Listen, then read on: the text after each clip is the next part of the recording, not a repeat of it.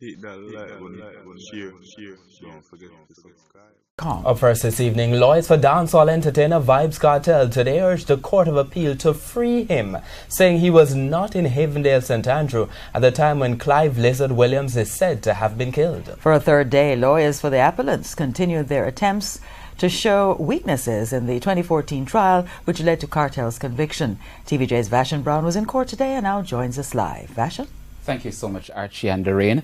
Now, Kartel is appealing the life sentence imposed on him in 2014 for the murder of Clive Lizard Williams. Sean Campbell, Andre St. John and Kahira Jones were also convicted for the murder. There were several issues raised today by the lawyers representing the appellants, particularly by the lawyer representing Vybz Kartel. Issues like whether there should be a retrial and where was Kartel when Clive Lizard Williams was killed.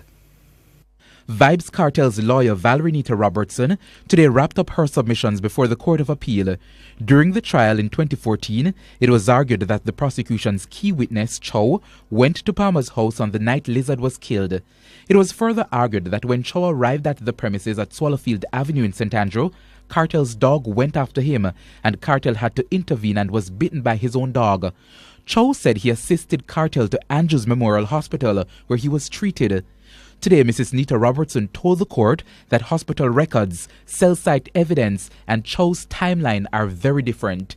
In court in 2014, the trial judge asked the prosecution's main witness, "At about what time you got to the hospital?" The witness responds, "About 9 p.m., about that time." The judge then asked, "And about how long you stayed there?" The witness responded, "About half an hour, 20 minutes. It's alleged that Clive Lizard Williams was killed around 8 p.m. on August 16, 2011. Mrs. Nita Robertson told the court that there is a discrepancy. The evidence of the police officer is that the cell site demonstrated that Mr. Palmer was at Havendale at 7:52.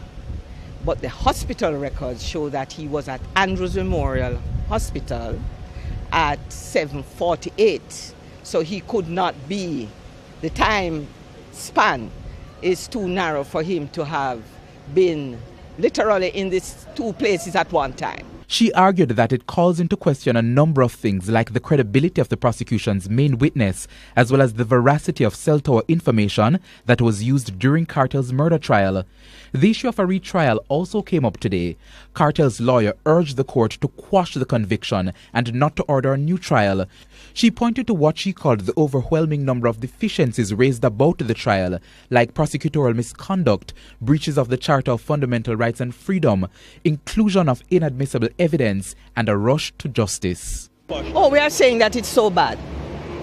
It's so bad that you ought not to give the prosecution an opportunity to fix those things that have gone bad already.